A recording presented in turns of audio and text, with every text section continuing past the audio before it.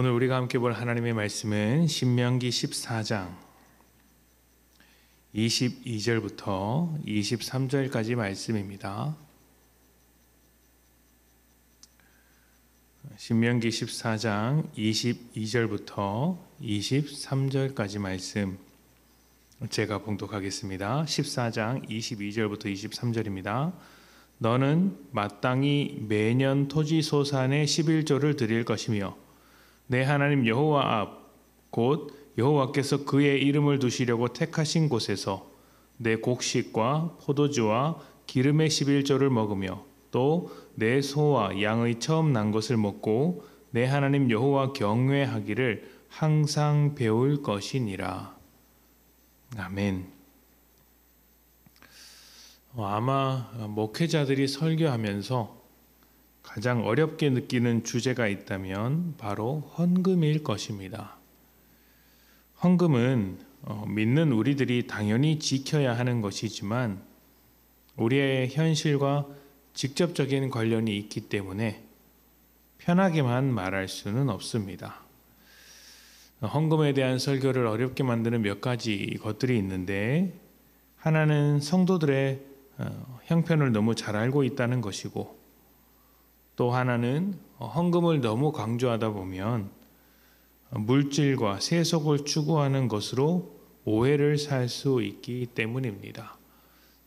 실제로 그래서 헌금에 관한 설교를 할 수도 있고, 또 그렇게 보여서 오해를 살 수 있어서 헌금 설교를 어렵게 생각하기도 한다는 것이죠.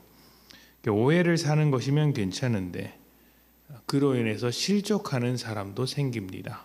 그래서 헌금에 대한 설교가 좀 어렵습니다. 그러나 이런 내용들은 또 다르게 생각하면 돈이 얼마나 강력한 힘을 가지고 있는지 보여주는 것이기도 합니다. 성경에서 두 주인을 섬기지 말라는 이야기가 있는데, 이때 하나님과 함께 돈을 내세운 것을 보면 돈이 얼마나 강력한 힘을 가지고 있는지 보여주는 것이라고도 할 수 있습니다. 신앙생활을 하다 보면 헌신과 봉사, 예배와 기도 생활을 잘 하다가도 헌금이나 돈 문제에 걸려 넘어지는 사람들 심심치 않게 볼 수 있습니다. 그만큼 돈은 우리에게 필요한 것이지만 위험한 것이기도 하다는 것입니다. 돈을 다루는 헌금 설교가 어려운 이유가 바로 여기에 있죠. 하지만 성경은 우리에게 11조를 비롯해서 헌금에 대한 이야기, 그리고 더 나아가 헌신에 대한 하나님의 요구를 무시해서는 안 된다고 가르칩니다. 왜냐하면 돈이야말로 우리 인생의 주권이 누구에게 있는지 가장 잘 보여주는 것이기 때문입니다. 하나님을 섬기는 자는 돈을 하나님의 뜻대로 사용할 것이고, 우상을 섬기는 자, 돈을 우상처럼 떠받드는 자는 돈을 위해 하나님의 뜻을 저버릴 수 있기 때문이죠. 교회에서 중요한 직분의 자리를 세울 때 11조를 굳이 따지는 이유도 아마 바로 이런 이유들 때문일 것입니다. 오늘 말씀에는 11조에 대한 규정이 나옵니다. 최근에는 11조는 율법인데 율법으로부터 자유하게 된 우리가 11조를 지키는 것이 옳으냐고 의문을 던지는 분도 많이 있습니다. 일리가 있습니다. 그러나 율법이 사라졌다고 해서 율법의 정신이 사라진 것은 아닙니다. 오히려 예수님께서 율법의 완성이 되셔서 율법의 정신이 우리에게 온전해지도록 하셨습니다. 11조도 같은 맥락에서 이해되어야 합니다. 11조는 구원의 여부를 결정하는 것은 아니지만 구원받은 성도들이 지켜야 할 11조의 정신이 있습니다. 그리고 11조의 정신을 가장 잘 지킬 수 있는 방법은 11조를 하는 것입니다. 자, 그렇다면 11조의 정신이 무엇일까요? 신명기 14장 22절 이후의 말씀에서 몇 가지로 요약하고 있습니다. 말씀을 보면 먼저 매년 토지소산의 11조를 하나님께 드려서 하나님 경외하기를 배우는 것이 11조의 정신 중에 하나라고 이야기합니다. 우리에게 땅을 주신 것이 하나님이시고 그 땅으로부터 소산을 얻게 하신 것도 하나님이시니 내가 가진 것을 하나님의 뜻대로 사용함으로써 하나님을 경외하고 하나님께 영광을 돌리는 것이죠. 이것을 청지기적인 마음이라고 하는데 11조의 정신 중에 하나입니다. 다음에는 가족이나 이웃과 함께 기뻐하며 나누는 것이 있습니다. 하나님께로부터 받은 은혜와 소산물을 함께 먹으며 이것을 주신 하나님을 서로 나누고 가르치고 기뻐하는 것입니다. 이것은 내 것을 통해 서로 사랑하는 법, 서로 교제하는 법을 배우는 것이라고 할 수 있습니다.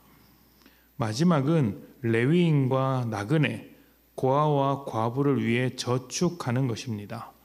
지금으로 따지면 사회적인 약자들이나 사역을 위해 헌신한 자들을 책임지고 돌보는 것이라고 할 수 있죠.